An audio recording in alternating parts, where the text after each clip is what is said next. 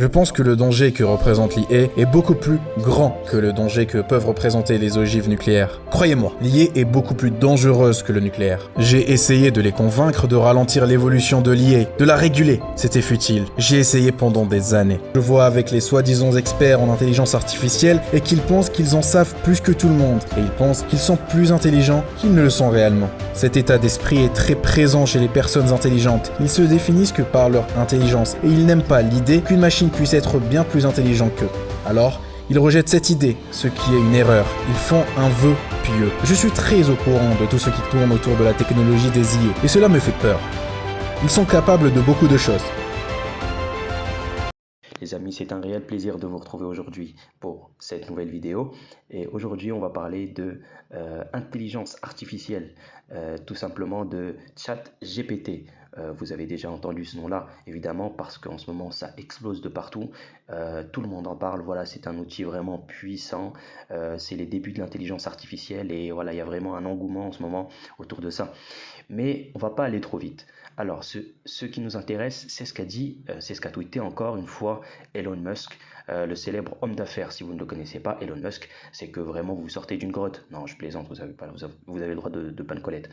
Mais en tout cas, qu'est-ce qu'il a dit? Il a attaqué de front, il a tout pété le gars. Il a dit que, en fait, les intelligences artificielles, de toute façon, c'est juste pour faire contrepoids à Google. Donc c'est, voilà, c'est tout simplement. Et, et en fait, ça rejoint la raison pour laquelle il a quitté sa propre entreprise, parce qu'il faut savoir qu'Elon Musk, c'est le créateur de ChatGPT. Et oui, si vous ne le saviez pas, bah, vous venez d'apprendre quelque chose. ChatGPT, son créateur, c'est Elon Musk. Alors, il a créé ChatGPT en 2015, c'est lui le patron de OpenAI, mais il va le quitter en 2018, tout simplement parce qu'il ne sera pas d'accord avec la vision de cette entreprise, avec son cofondeur un certain Sam Altman. Et oui, à chaque fois qu'il y a un Sam maintenant, on sait très bien, on sent qu'il y a une bavure derrière. Et en effet, on reviendra sur son CV et voilà, c'est quand même un profil qui ne plaît pas du tout donc à Elon Musk et on va voir ensemble pourquoi. Donc, pour pas perdre le fil, donc je reviens à ce que je disais. Donc Elon Musk donc, va quitter donc, son propre groupe en 2018 et va se concentrer sur ses principales activités. Et oui, c'est un homme d'affaires, voilà, qui envoie des satellites dans l'espace. Il ne va pas se perdre son temps avec une petite entreprise de rien du tout. Mais tout de même, il faut souligner qu'il avait senti l'affaire, qu'il avait senti le potentiel des intelligences artificielles dès 2015. Et effectivement, il avait raison, puisque en ce moment, les intelligences artificielles sont en train de tout péter. Et c'est vrai que 8 ans prédire un truc 8 ans en avance, franchement, chapeau l'artiste. C'est quand même balèze, mais c'est sa réputation en même temps, à Elon Musk. Alors, qu'est-ce qu'on sait sur OpenAI et sur son principal président? Son principal président, eh bien, c'est Sam Altman, donc celui qui était cofondateur de l'entreprise avec Elon Musk. Alors, quel est son profil exactement? Sam Altman, c'est un mec, il faut savoir que c'est un mec très discret, sérieux, impliqué dans son travail, et surtout, chose très importante, c'est quand il s'attaque à quelque chose, il veut faire quelque chose, il y va à fond, et c'est un visionnaire. Vous me direz, c'est pareil que le profil d'Elon Musk, mais c'est ça le problème, c'est que Elon Musk, ça ne lui plaît pas, et même, vous savez, quand en général vous avez deux hommes d'affaires comme ça, donc deux requins ne peuvent pas cohabiter. Effectivement, deux mecs comme ça qui sont vraiment intelligents, qui ont une bonne vision de leur activité, ça peut pas aller ensemble. Et effectivement, Sam Altman, on voit bien que le groupe OpenAI, en tout cas l'esprit de OpenAI, était en tout cas l'idéologie que voulait Elon Musk, c'était que les intelligences artificielles devaient servir avant tout à être un outil responsable en étant une aide pour les humains et devait être un outil donc open source, qui est le cas aujourd'hui, donc, et pour pouvoir être utilisé par le grand public.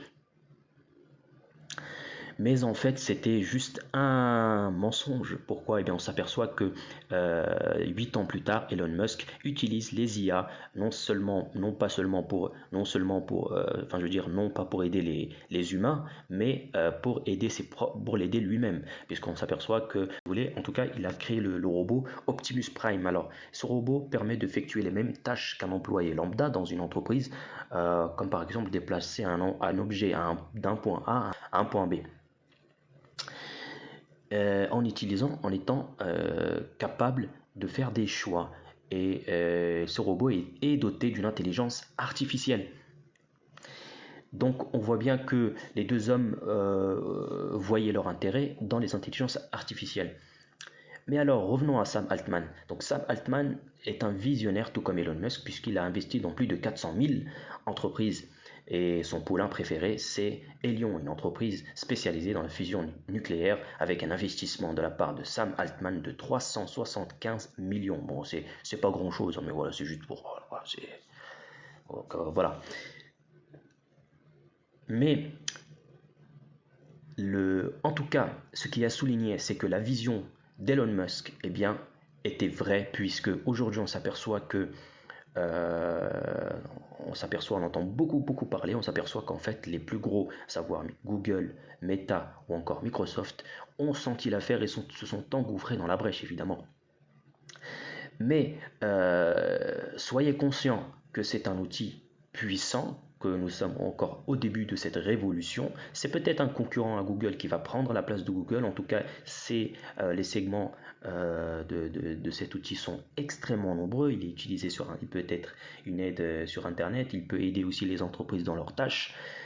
En tout cas, soyez attentifs à ce logiciel-là, et peut-être, qui sait, peut-être que c'est vous, le futur Sam Altman. Et voilà, un petit message que j'aimerais faire passer, c'est que je suis très heureux de faire partie de cette communauté YouTube. Je remercie beaucoup les gens qui m'ont rejoint. J'ai pour l'instant 9 abonnés, voilà, je débute. Et donc je tiens également à remercier un YouTuber très connu, c'est Monsieur Julien Roman, pour sa force, pour son encouragement. Et en tout cas pour ma part, je suis très heureux de vous proposer mon travail. J'espère que mon travail vous plaît, qu'il est intéressant, et surtout n'hésitez pas à me donner de la force en vous abonnant, en cliquant sur la petite cloche, ou bien en laissant un commentaire, ou bien juste en regardant. Je vous remercie beaucoup et je vous dis ciao, à la prochaine, bye bye, merci.